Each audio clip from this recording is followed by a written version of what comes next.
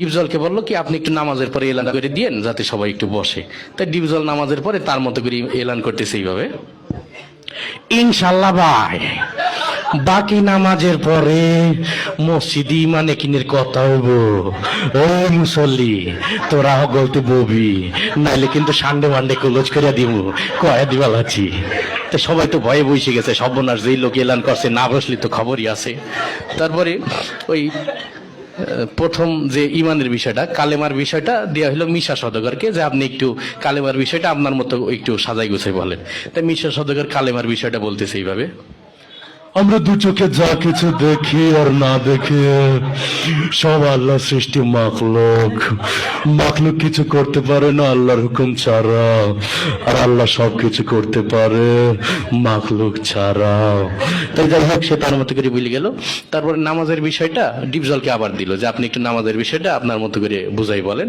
তাই ডিপজল নামাজের বয়ানটা করতেছে এইভাবে, ওই আল্লাহ রাসূল যেমতে যেমতে নামাজ পড়ছে আর সাহাবী গো শিখাইছে অমতেই নামাজ পড়তে হইব।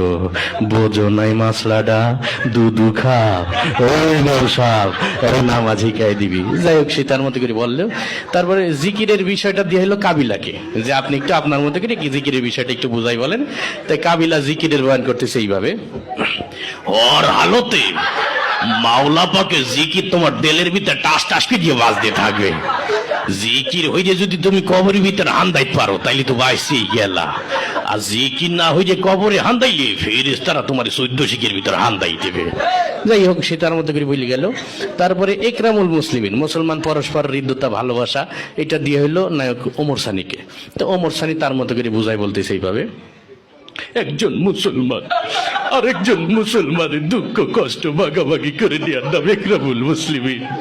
চৌধুরী সাহেব আমরা গরিব হতে পারি, আপনার মতো বদদিন নই। আমি গত মাসেও 3 তিল্লা দিয়েছি। যাই হোক সে তার মতো করে বললো। এরপরে ওই সহিনিয়ত, আমরা যা কিছু করবো একমাত্র আল্লাহকে রাজি খুশি করার জন্য করব, এটা দেওয়া হইলো নায়ক মান্নাকে। মরহুম মান্না এসে তার বয়ানটা করতেছে এইভাবে, আমরা যা কিছু করব পৃথিবীর কোনো মানুষকে খুশি করার জন্য করব না, সবকিছু আল্লাহকে রাজি খুশি করার জন্য করব।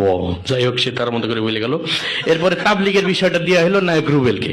তাই নায়ক রুবেল তার মতো করে বলতেছে এইভাবে, আল্লাহর দিয়া জান, আল্লাহর দিয়া মাল, আল্লাহর দিয়া সময় নিয়ে আল্লাহর রাস্তায় বের হয়ে আল্লাহর দিয়া জান মাল সময় সঠিক মূল্যায়ন করতে হবে। আর জেনে রাখি শয়তান, তুই যদি আল্লাহর দিয়া জান, আল্লাহর দিয়া মাল, আল্লাহর দিয়া সময় সঠিক মূল্যায়ন না করিস তুই বেঈমান হয়ে মারা যাবি, বেঈমান হয়ে মারা যাবি। এই ছিল আর কি বিষয়টা। এর মধ্যে কি সমালোচনার কিছু আছে?